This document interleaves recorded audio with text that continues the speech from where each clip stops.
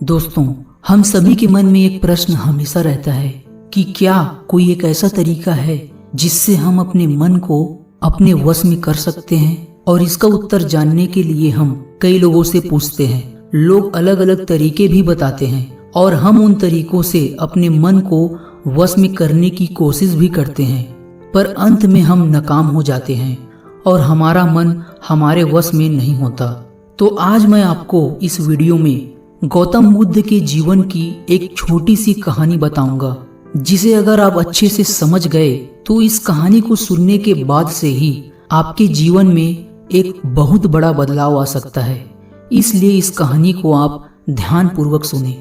एक बार गौतम बुद्ध एक नगर से गुजर रहे होते हैं। उस नगर में कपड़ों की एक बहुत बड़ी दुकान होती है। उस पर एक व्यक्ति बैठा होता है। बुद्ध की नजर उस व्यक्ति पर पड़ती है। वह व्यक्ति बहुत दुखी नजर आता है।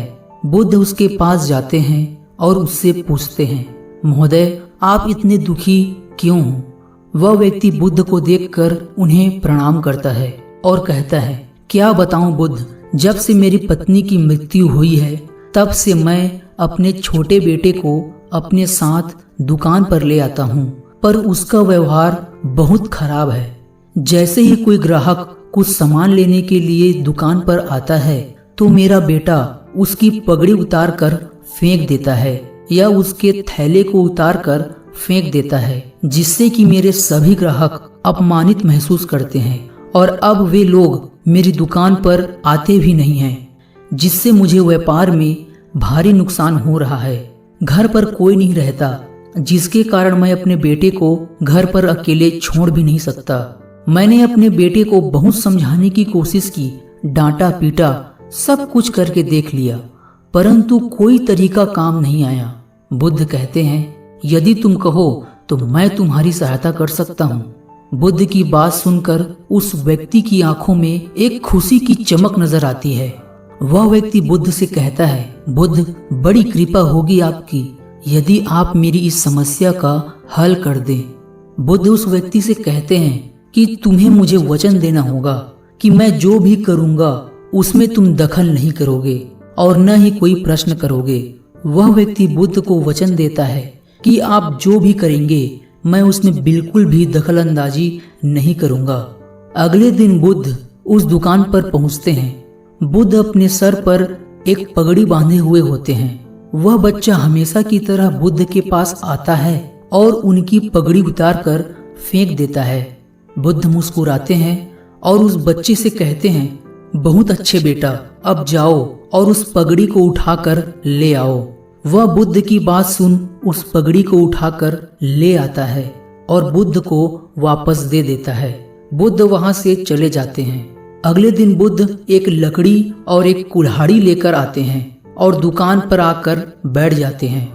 वह बच्चा बुद्ध की पगड़ी को उतारने के लिए जाने ही वाला होता है कि तभी बुद्ध उससे कहते हैं, बेटा जाओ और उस कुल्हाड़ी से उस लकड़ी को काट दो।